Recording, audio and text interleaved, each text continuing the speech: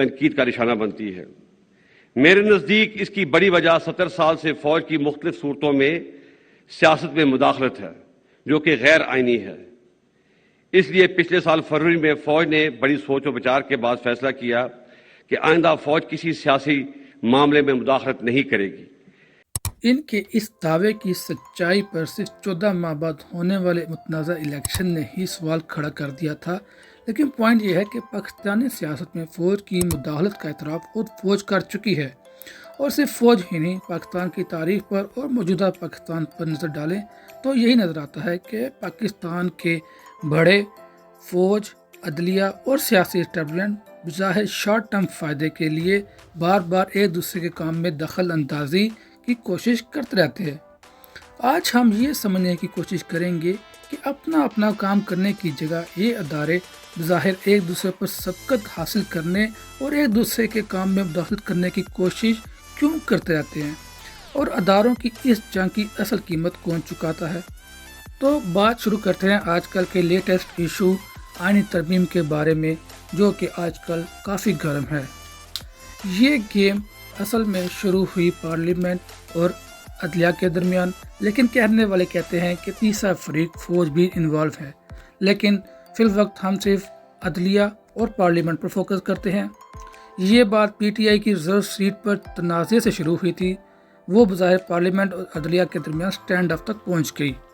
Parliament اور supreme court کے کچھ ججز کے درمیان بظاہر یہ ایشو تھا کہ ریزرو سیٹ کی ڈویژن کا اختیار کس کے پاس ہے، یعنی کس کی اتھارٹی کو مانا جائے۔ سپریم کورٹ کا یہ کہنا ہے کہ آئین کی تشریح کا اختیار ان کے پاس ہے، لہٰذا ان کی بات کو مانا جائے، جبکہ پارلیمنٹ کا یہ موقف ہے کہ قانون سازی کرنا پارلیمنٹ کا اختیار ہے، لہٰذا ان کی اتھارٹی کو مانا جائے۔ سپریم کورٹ نے اپنے پوائنٹ آف ویو ٹھیک میں کچھ ایسے فیصلے دیے جس کو انڈو کرنے کے لیے کچھ عرصے کے دوران قانون سازی کی گئی۔ تو کیا اس فیصلے کے بعد بھی کوئی حل ابھرتا ہوا نظر آ رہا ہے؟ یہ جو سٹینڈ آف پارلیمنٹ اور عدلیہ کے درمیان ہمیں نظر آ رہا ہے، اگر آپ ذرا اس کی ڈیپتھ میں جائیں تو آپ کو دو کردار نظر آئیں گے، ایک ملٹری اسٹیبلشمنٹ اور دوسرا عمران خان۔ پارلیمنٹ اور سپریم کورٹ کے درمیان جو کھینچا تانی جاری ہے، اس کے بارے میں کچھ آئینی ماہرین کا کہنا ہے کہ اس کے پیچھے عمران خان اور ملٹری اسٹیبلشمنٹ کے درمیان چلنے والی ٹینشن ہے، اور جہاں تک رہا 63A یعنی کہ 63A قانون کا معاملہ، یہ دراصل پارلیمان کو کنٹرول کرنے کے لیے بنایا گیا تھا، اب اس کو ختم کرنے کی ٹائمنگ پر تنازع پیدا ہوا ہے۔ GHQ کورٹس، پارلیمنٹ یعنی عدلیہ، سیاسی اسٹیبلشمنٹ اور آرمی، لوگوں کی مایوسی اور نا امیدی کی صحت تک سمجھ میں آتی ہے۔ نہ یہ سب نیا ہے، نہ ہی سرپرائزنگ۔ پاکستان کی تاریخ اس طرح کی مثالوں سے بھری ہوئی ہے۔ ایسا لگتا ہے کہ ہمیں پاکستان کے ساتھ ہی اداروں کے درمیان شارٹ ٹرم گیمز اور اپنے اثر و رسوخ کو بڑھانے کے لیے ایک طرح کی رساکشی شروع ہو گئی تھی۔ ویسے اگر دیکھا جائے تو اداروں کی ایک دوسرے پر نظر کوئی غیر ضروری بات نہیں۔ انفیکٹ کسی بھی فنکشنل ڈیموکریسی میں ادارے ایک دوسرے کو بیلنس کرنے کا کام کرتے ہیں۔ تو پھر مسئلہ کیا ہے؟ کولمبیا یونیورسٹی کی پروفیسر عمیرہ اقتدار ہمیں بتاتی ہیں، چیک اینڈ بیلنس اور مداخلت میں بہت بڑا فرق ہے۔ چیک اینڈ بیلنس ایک جمہوری نظام کی ڈیمانڈ ہے، اس کی ریکوائرمنٹ ہے۔ مداخلت میں یہ سب نہیں ہوتا۔ مداخلت میں عوام کی بہتری کا سوچا جاتا ہے۔ پاکستان کا اگر لانگ ٹرم ایفیکٹ دیکھا جائے تو 75-70 سالوں کے بعد پاکستان کے ادارے کمزور ہو گئے ہیں۔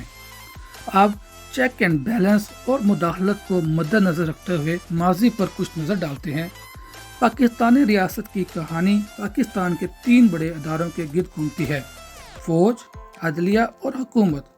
پاکستانی فوج نے اب تک 3 مرتبہ حکومت پر ڈائریکٹ قبضہ کیا ہے۔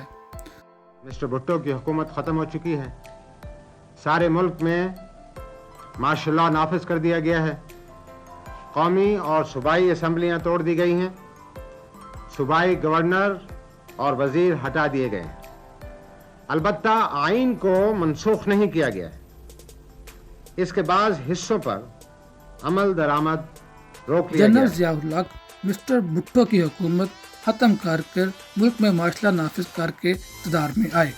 قومی اور صوبائی اسمبلیاں توڑ دی گئیں، صوبائی گورنر اور وزیر ہٹا دیے گئے، البتہ آئین کو منسوخ نہیں کیا گیا۔ اس کے بعض حصوں پر عمل درآمد روک لیا گیا۔ دوسری طرف حکومت نے کئی بار عدلیہ کی کارروائی میں مداخلت کرنے کی کوشش کی ہے، بلکہ عدلیہ پر حملے بھی ہوئے ہیں، اور اس طرح عدلیہ نے بھی اپنے اختیارات سے تجاوز کرتے ہوئے حکومت کے کام میں کئی بار مداخلت کی ہے اور ایسے فیصلے دی ہیں جن کے ذریعے فوجی آمروں نے جمہوری حکومت کو ختم کرنے کو، بغاوت کو لیجیٹیمائز کیا ہے، جیسا کہ 1958 کا فیڈریشن 200 ورسز کیس ہے، جس میں جسٹس منیر کے دیے جانے والے فیصلے کو آج تک کوٹ کیا جاتا ہے۔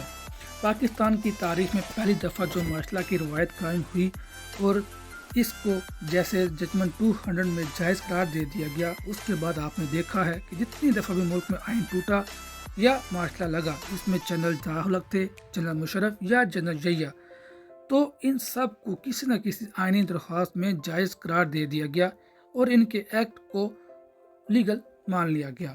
حکومت کے ادارے جب کمزور ہوتے ہیں یا اداروں میں بیلنس نہیں رہتا تو کیا ہوتا ہے؟ اداروں کے درمیان بیلنس آف پاور ختم ہو جائے تو ہوتا یہ ہے کہ ایک ادارہ دوسرے ادارے پر حاوی آ جاتا ہے۔ پاکستان کی تاریخ میں اس طرح کی مثالیں بہت ہیں۔ فوج کے حاوی آ جانے کی مثالیں تو واضح ہیں، لیکن حکومت اور عدلیہ کے درمیان رسہ کشی میں بھی کوئی کم فرق نہیں۔ آپ کو پاکستان سٹیل ملز کا حال تو پتہ ہی ہوگا۔ ایک وقت میں ملک کا سب سے بڑا میگا پروجیکٹ اور اب مکمل بحالی کا شکار ہے۔ شاید تصویر کا رخ مختلف ہوتا اگر عدلیہ حکومت کے کام میں مداخلت نہ کرتی۔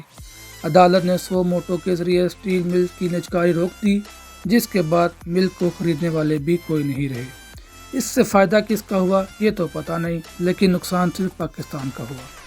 سٹیل مل ایک بڑا کلاسک کیس ہے جس کے اندر بغیر سوچے سمجھے عدالت نے ایسا فیصلہ دیا جس کا نقصان پاکستان کو اٹھانا پڑا۔ سٹیل مل اگر پرائیویٹائز ہو جاتی تو ہمیں پیسے ملتے، سٹیل مل کام کرنے لگ جاتی اور وہ ہمیں ٹیکس دینے لگ جاتے۔ اور سب سے بڑا ظلم تو یہ ہو رہا ہے کہ پچھلے 10 سالوں سے سٹیل ملز کے جو امپلائی ہیں ان کو گورنمنٹ پاکستان تنخواہ دے رہی ہے اور وہ کام کوئی نہیں کر رہے۔ یعنی اس سب سے نقصان ملک پاکستان کی اکانومی کو ہوتا ہی ہے، لیکن خود ان اداروں کو اور جو ان کے اصل فنکشنز ہیں انہیں بھی بہت نقصان پہنچتا ہے۔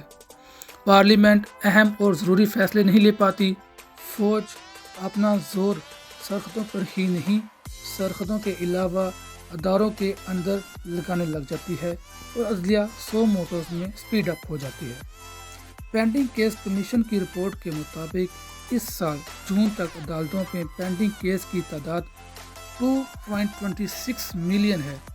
ڈسٹرکٹ لیول عدالتوں میں 1.86 ملین پینڈنگ کیسز ہیں اور ہائی کورٹ، سپریم کورٹ، شریعت کورٹ 0.39 ملین پینڈنگ کیسز ہیں، اور ملک میں سب سے بڑی عدالت یعنی سپریم کورٹ میں 54,965 یعنی 54,965 کیسز پینڈنگ ہیں۔ یہ ایک عام تاثر دیا جاتا ہے کہ پاکستان کی عدلیہ پر بہت پریشر ہے، لیکن اگر پاکستان کی 75 سال کی تاریخ دیکھی جائے تو پاکستان کا سب سے کمزور ادارہ گورنمنٹ پاکستان پارلیمنٹ ہوتی ہے۔